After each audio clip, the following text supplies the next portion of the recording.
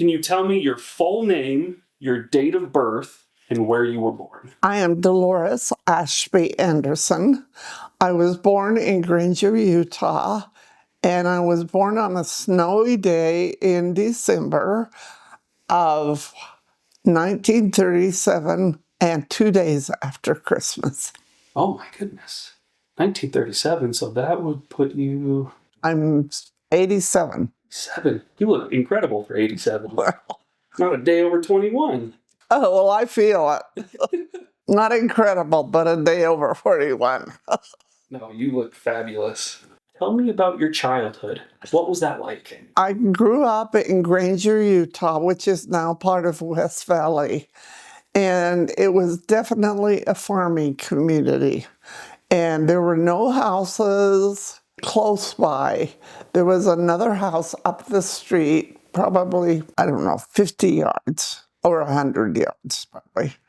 And it was just a very rural community.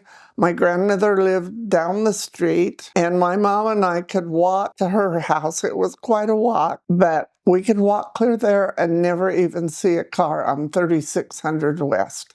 And that's the street that Granger High is on now, and a pretty well-traveled street. Did you have any siblings growing up? I was the oldest child, and when I was 6, my sister Lorna was born, and when I was 10, I had a brother born, Butch. What was your relationship like with your siblings? My relationship with my siblings when I was younger was more of a caretaker than a friend to play with. It seemed like I was put in the role of taking care, just however, whether we were playing outside, I made sure they weren't close to the ditch, or whatever the circumstances were. I had a responsibility, definitely. Tell me about your parents. What were they like? My family was a big extended family.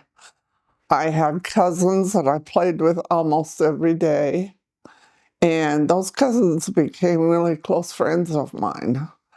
And there was just a big family, and we went to my grandmother's quite often.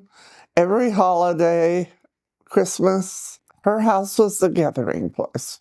Around Christmas, did you guys have any fun traditions that you would do? One of the traditions that we did that was really different than what most people do, they had cows. Cows have to be milked in the morning and milked in the evening. And so we started having Santa Claus come early, and we would do Christmas night after all the chores on the farm were done. Then we would gather with my grandmother and a big family at her house. She had a big house, and that's where we would have our Christmas. Who was a childhood hero of yours? Well, I played it a lot with 2 cousins. One was my age, Susan, and she and I became very, very close friends, like a sister. But Bob was another cousin, and he was a year older. And so he was kind of our leader and our hero, and he was just a fun guy. I remember when we were probably 9 or 10, he had an old tin bathtub. And he lived by the canal, and my grandmother lived down the canal a little bit further. And we would get in this bathtub and float down to my grandmother's house. It was kind of stupid because neither Susan nor I knew how to swim. We were both afraid of water, We didn't have swimming pools or places we went where we swam in deeper water. So if that boat would have tipped over, we would have panicked for sure. But it didn't tip over, and it was fun. Can you tell me about the house that you grew up in? Did it have distinct smells or a color? What did it look like? Okay, until I was 5 years old, I lived in my aunt's house, in part of her house. We had our part of the house, and they had theirs. And Susan and I were together all the time. So that's probably when that friendship that was like a sister started. But when I was 6, so we just lived in two big rooms of their house. And there was just me and my mom and dad. And when I was 6, my parents built a home up the street. My grandparents had property up there. They gave them a place to have a home. And my dad and his brother built a basement house. And that's where we lived until I was 12. And then they built up on it, and it was a really nice brick home. So how long in total did you guys live in that house? I lived in it over 20 years. Tell me about how your family would handle difficult situations. My dad was always very controlled unless he lost his temper. The little things he didn't get involved in. But if it was something big and major, and when he said it, we knew that's what we had to do. So my mom was kind of the one that took over the little things all the time. But when it was something that he didn't agree with, we did it his way. Can you tell me about some of your early childhood friendships with people outside of your family? Well, I told you that my closest friends were definitely Bob and Susan, which were both cousins of mine. After I started school, there were 4 girls of us that were very close friends. Betsy Hill, Rhea Thurman, Rhea Smith at the time, and Susan and I. We were kind of a foursome, and we were always friends. We were the ones at school that played together, and if we had friends to our house, it would be them. So we just, through the years, were really good friends and stayed that way even through high school. Did you have a rebellious phase? No. No? No, I did not. What would you say was the most rebellious thing you've done as a teenager or young teenager?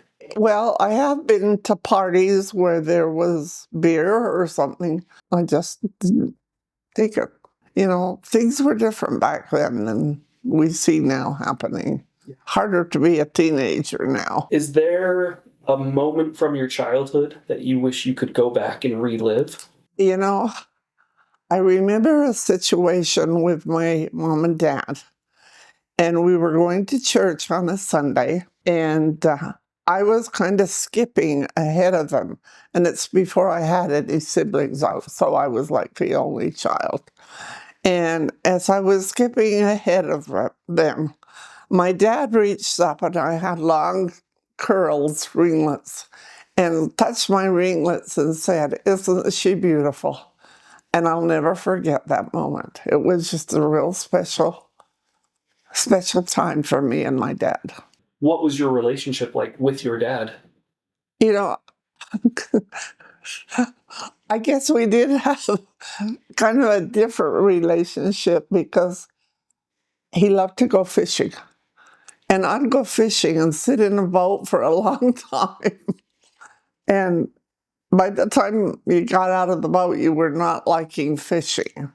But I just liked to be with him and his friends. And one of his friends had a son my age. And so I was just always there. And every year we went to a place called Moon Lake. And that's where we would go for fishing. Did your dad have a special nickname for you? Yes, Pete. He called you Pete? Pete. How did he come up with that? I don't know. I really don't know. Maybe that was his name for a boy. Tell me about your relationship with your mother. You know, my mother always took care of the little things of the house. But one thing I do remember is from the time I was probably 6 or 7, I had chores that I did with her. And honestly, by the time I was married, I knew how to cook and I knew how to clean. There was nothing that was a great change, you know. It was just things that she taught me all the time. And I'm so thankful for that. She was a very good homemaker. Did your parents do anything special for you to make you feel special? I think one of the things my parents always did for me is they provided me with really nice clothes, and it made me feel special. But I have to say, unlike today, I had play clothes, and I had school clothes, and I had church clothes, and you didn't mix them up. On Sunday, you wore your church clothes, and Monday through Friday, you always wore school clothes, but when you came home from school, you changed into your play clothes. What were you like as a student in school? I always had to do really well. I wanted to exceed at school, and I did. And as a result, I was able to go and finish a degree at the University of Utah. Was that important for you to be able to go to the University of Utah? Yes. How come? Well, actually, yes and no. I had kind of planned with some other friends to go with BYU, and that sounded way exciting because we'd live away from home. But two other friends that I had ended up getting married right out of high school. So it was just go to the Utah alone, and that way I could live at home and I could work, and I was able to pay for my own education all the way. How much did it cost to go to the University of Utah back then? If I remember right, it was about $70 when I started. By the time I finished per quarter, by the time I finished, it was about 100. Man, if we had I know, that- unbelievable. Oh my goodness. Did you have a favorite class or memory from the University of Utah? Well, I rode with two other friends, and we rode with Brent Anderson, who became my husband. So but it was really unique. And during that time, my other friends, my two friends, there were the three of us that rode with him. The other two friends both stayed at the university all day, but I had a job that I had to take care of. And Brent also had a job. So he and I always drove home from the university together. And that's kind of how that friendship started. And we ended up getting married. Talk to me about what did you first see in your husband before you were married? What caught your attention in him? Very smart guy. We started doing some things together. I know this sounds ridiculous, but I looked at him and thought, he could take good care of me. He's going to make a good living. He was in engineering.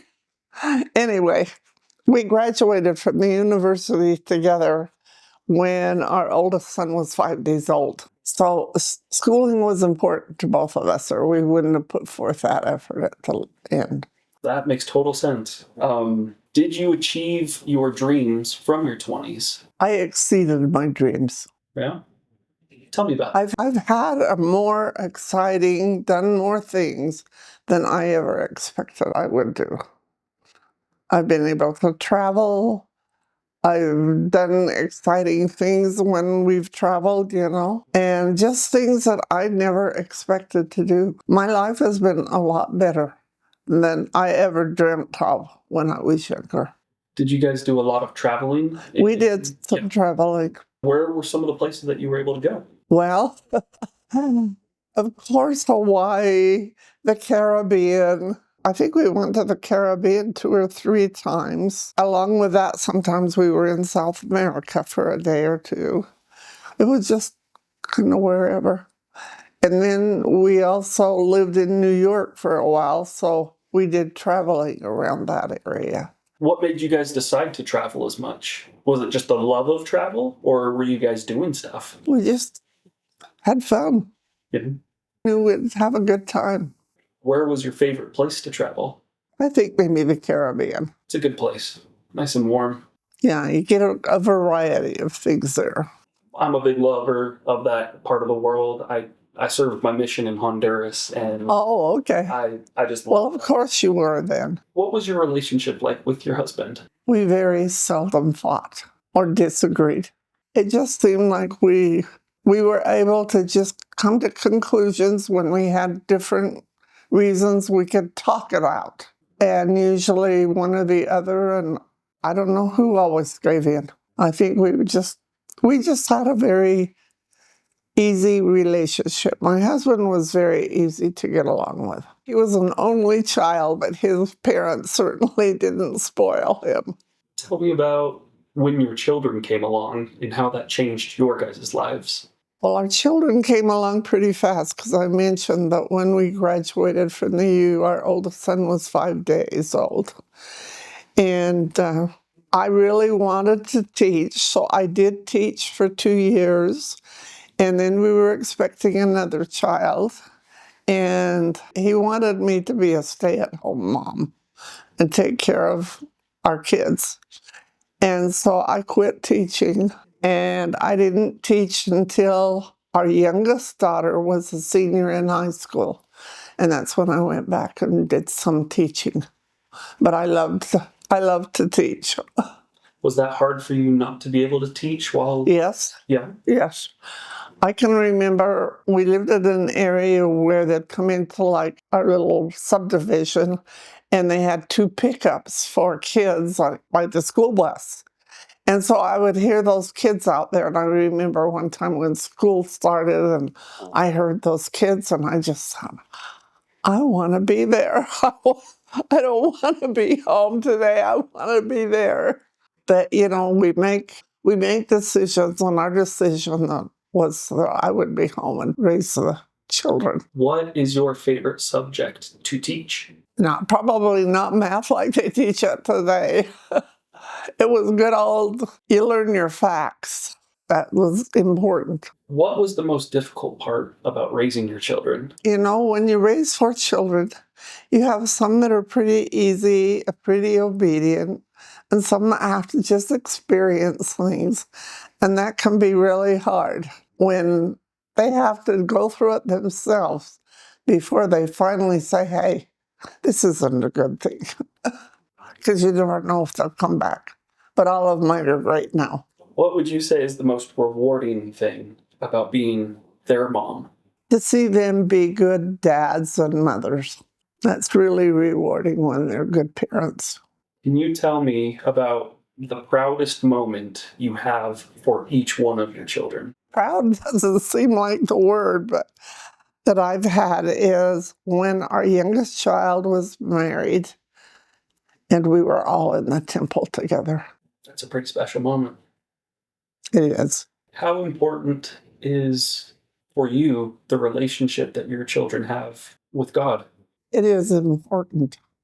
Those children have all made good choices, and that I'm really thankful for. I think the hard thing is to see some of my grandchildren not make the choices with the church in mind. It seems like that generation, it just kind of, I don't know. But they're all wonderful people, good people, the kind of people you want in this world. Do you have a favorite story or experience of one of your children when they were children? This is just a silly experience, but we had some church officials at our home for dinner, and we're sitting at dinner on the phone, and it's one of our neighbors, and says, your child just shot my child in the back side with a BB gun. You're like, oh my gosh. Anyway, I just remember that so vividly. And I don't know why, but both Brent and I were pretty calm about it. We just talked to him and said, you won't be able to have a BB gun unless you never ever shoot a gun at a person. Anyway, experiences you have with children. Did your children ever do anything that completely surprised you? I'm sure they did. We had a big swimming pool, and we also had a trampoline. And of course, the trampoline was kept away from the swimming pool. But when we would go away, sometimes it was pushed over by the pool. And somehow through a neighbor, we knew this had happened. And so we put it over by the pool one night, and everyone had so much fun with the trampoline and jumping up high and into the pool, but it was a little dangerous. You had mentioned that you had a couple best friends or really good friends in your childhood. How did your friendships evolve from your 20s into your 40s? It was more of a friendship of when we would get together, but it wasn't as regularly as you might expect. There were four of us, and I'm the only one left. The others are all dead now. And sometimes I just really miss not being able to talk to them or call them, on the phone. What kind of hobbies did you have? Well, I've always loved reading, and I love to sew. And downstairs, I have this wonderful little sewing area. And now my eyes are such that I can't do either one. I just don't see well enough. I can read, but it's disappointing because I thought I would have time and I would really enjoy doing those things as I got older, but they've been hard for me. So as I've gotten older, I have a lot of friends in here. We do a lot of lunches. Because we're all limited in some ways, but we all eat. I would love to learn, what is your favorite book and what is your favorite lunch? My favorite book, it is so favorite, and why can't I think of the name of it? The Nightingale. It's a story of a woman and her associates and how they helped the American soldiers during the war and how dangerous it really was for them. That was my favorite book, and it's one I read years ago, one of the first ones. I also read The Tent City, that really impressed me, about poverty that a lot of the people lived in. I kind of like historical fiction the best. No, I don't I do like historical fiction the best. Is there one era of time that you love more than the others? I've probably read more about the era of World War II. A lot of people have written about World War II and their experiences. It makes a great historical fiction story. You lived through a little bit of World War II, didn't you? I think I was 6 when it started. Maybe that's when it ended. 44, right around then. So anyway, I was pretty young during the war. I didn't know much about what was happening during that time. Is there anything from that time around World War II, anything that you remember, anything that stuck out to you? I still remember when my mom and her sister, and that was Susan's mother, the one that became my best friend, and I remember them talking about the war, and you could tell they were very upset about it when we had declared war. And I just remember that feeling of knowing that things weren't quite as perfect as I had thought before that. Did that thought, or did those feelings, did it change any way you felt about life, or? I don't think it did. I was pretty young, I remember that. In your 20s to 40s, what is something that brought you immense joy in your life, other than your kids? Already to say my family, and definitely my husband. He was very easy to get along with. He did very well in his business, and it was just, we had a very joyful time together. That's what it feels like, is that you've had a lot of joy in your life and with your family. Yeah, I have. I'm just so happy to hear that, and hopeful for my own life that I can. You will. Some of that. If you could go back to a time in your 20s, 30s, or 40s, what would you do differently? Well, some of that time I spent as a teacher, and I would spend more time worrying about my own children and how important a parent is, the most important teacher. To continue that question, what lesson did you learn during that time that you wish you would have known earlier? I had a child that had a lot of difficulty learning to read.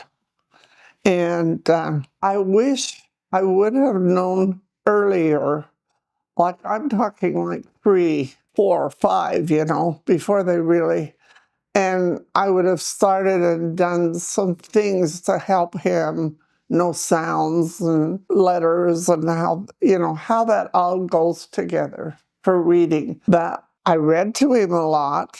And we took him on. He had a lot of great experiences. And that's what at that time they were telling you to do with the child, open their eyes to the world. But it takes more than that because reading is a skill. You've got to learn some of the basics before you can read. That's incredible. Thank you for sharing that. I'm thinking about how do I apply that to my own life with my own little kids now. How old are they? They are 8 weeks old. Oh, you're twins. Yes, ma'am. That's all you have for the twins. Yeah, just right now. We'll see if we do more because these guys, they're keeping us up. Oh, I bet they are. Especially your first ones. Mm-hmm. I don't know how you are, but most first parents think you just jump when a baby cries or you hear them, Mm-hmm. Just relax and enjoy them. And let them cry. It's good for them. Yeah, they got healthy lungs. It's okay. So we're going to move past your 40s and let's talk about kind of the last maybe 20 or 30 years of your life. So, okay, it was like 30 years ago when we moved here.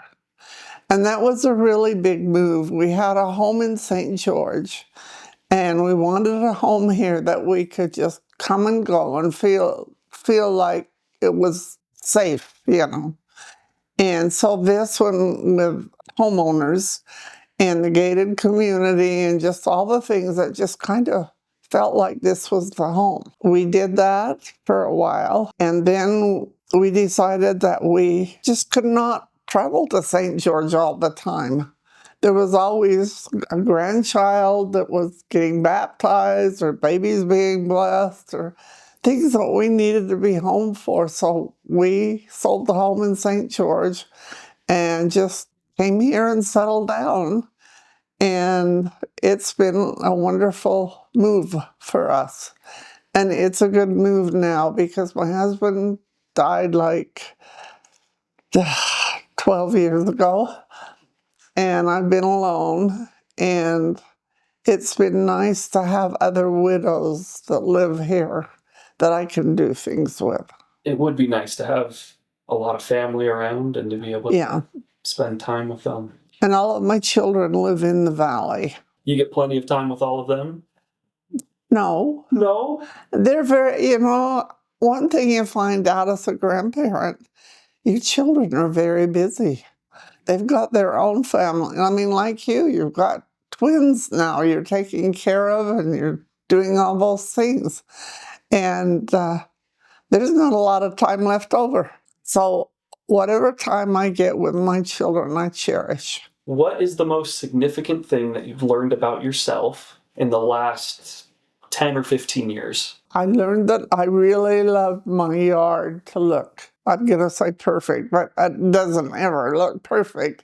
But that's what I just love my yard to look really good.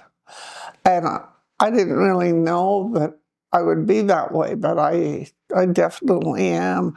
And now I'm to the point I can't do very much in the yard.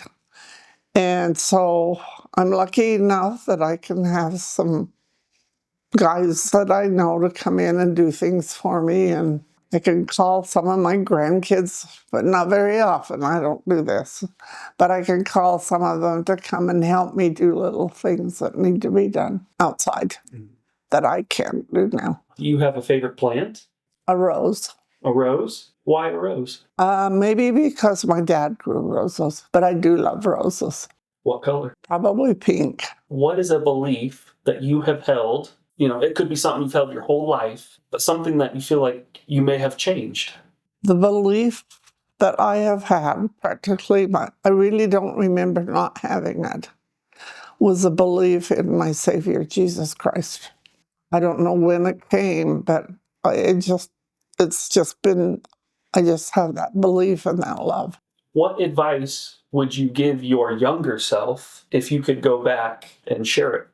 I think I'd say just enjoy life and don't worry about if the house is clean or the weeds are out of the garden. Just enjoy those children and their uniqueness.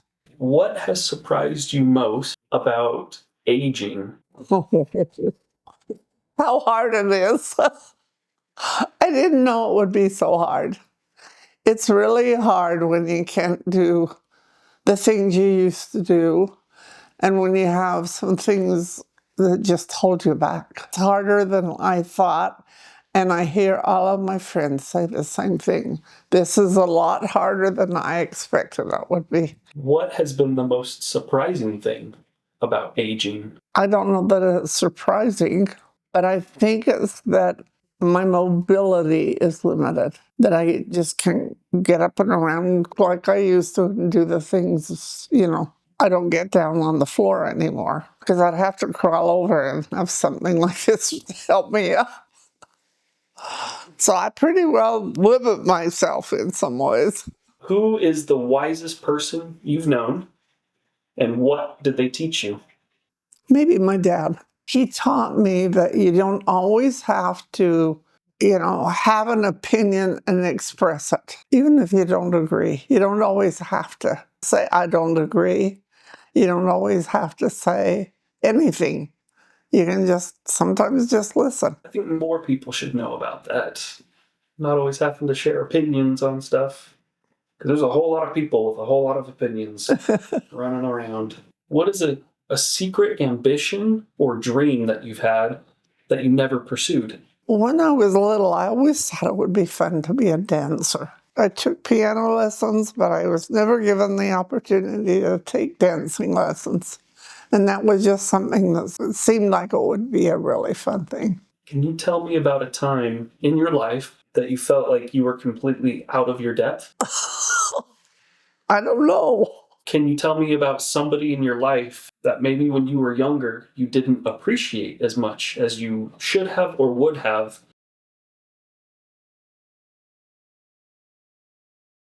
What's a story from your childhood or early life that you've never told anybody before? I don't think I've ever told this story before, but I love to stay at my grandma's overnight. And I was like only maybe 3. I remember I was in my dad's arms. He'd picked me up, and we were going home. Aunt Laurel came, who lived there with my grandmother, walked in. She was just a real special lady, but anyhow, how it came around is they wanted to know if I could spend the night at my grandma's house. And boy, I really wanted to. I wanted to so badly. And my mom said no. And my dad looked at my mom and he said, you already told her no, so it means no. She cannot stay tonight. And I thought, that was a great lesson. You could have a conversation with somebody from the past, somebody in the family, a friend, a neighbor, whoever. Who would it be, and what would you say? It would be my husband, and I would tell him how much I've missed him and how much I love him. What is something that used to worry you about life or anything, but doesn't anymore? I used to think that I was so responsible as a parent, but I now know that I did my best, and my children are responsible for themselves. I don't have to take that responsibility because I did what I thought I should. I mean, they're good kids. They really are all good kids. But they're the ones that have to take the responsibility. There's a time when you can't blame your parents. You just have to say, this is me. What do you think your younger self would be most proud of you for accomplishing? Living alone and going through Brent's death and really not letting the world or my family know my feelings and how hard it was, but trying to be very upbeat. And it's a good world, and I'm blessed. And I want my family to know that. What is the most meaningful compliment that you've ever received? It might be the one I told you about when we were going to church and I was little, and my dad reached up under my ringlets. That I don't know, when I was younger, I knew my eyes, I just had a little kind of an oriental look to my eyes a little bit. And I remember this older gentleman that was a neighbor. And he said to me, "You have the most beautiful blue eyes." And I thought, oh my gosh, my eyes are okay. They can be a little different. I think your eyes are beautiful. Fantastic. Is there one thing in your life that if you shared with your children or grandchildren, that they would be surprised that you had done it? I don't know that I could surprise my children because they've seen me do a lot of crazy things. I can't even remember what it's called, where you're in the forest and you get on a pulley and you go to a different level and around. Anyway, I don't think my grandkids would think that I would do something like that, but I have done it. It's incredible. Like a zip line? Yes, it is zip lines. That's what I was trying to think of. I mean, you have to climb the ladder first. That's hard. Yeah, it's a whole thing. Where did you do that? I can't remember. I've done it a couple of 3 times. I just don't really remember. Probably in the Caribbean the first time. What is the legacy that you would like to leave for your children and your family? I would like to leave the legacy of them knowing that I was a good person, and that's what I expected out of them, and that I loved my Heavenly Father, and that He loves me in return. I've got two more questions. I just thought of another one. Okay. If you could leave a final message for your family, what would that final message be? I think I'd tell them life is not easy and you'll have some really hard times, and I know they've had some hard times, but it's worth pursuing and trying to be happy and make the most of it. And the last question I'll ask you, Okay. would you care to share your testimony? Sure, I've written it. My children have it. Oh, have you? Okay. But I am thankful to have a testimony of Jesus Christ. And I have had lots of experiences that have helped me to have this. But one that I remember so very vividly was Brent and I were living in New York, and we went to the Sacred Grove, and I knew it was a holy place. I knew right then that the story that Joseph Smith tells is exactly what happened. And I am so grateful to be a member of the Church of Jesus Christ of Latter-day Saints.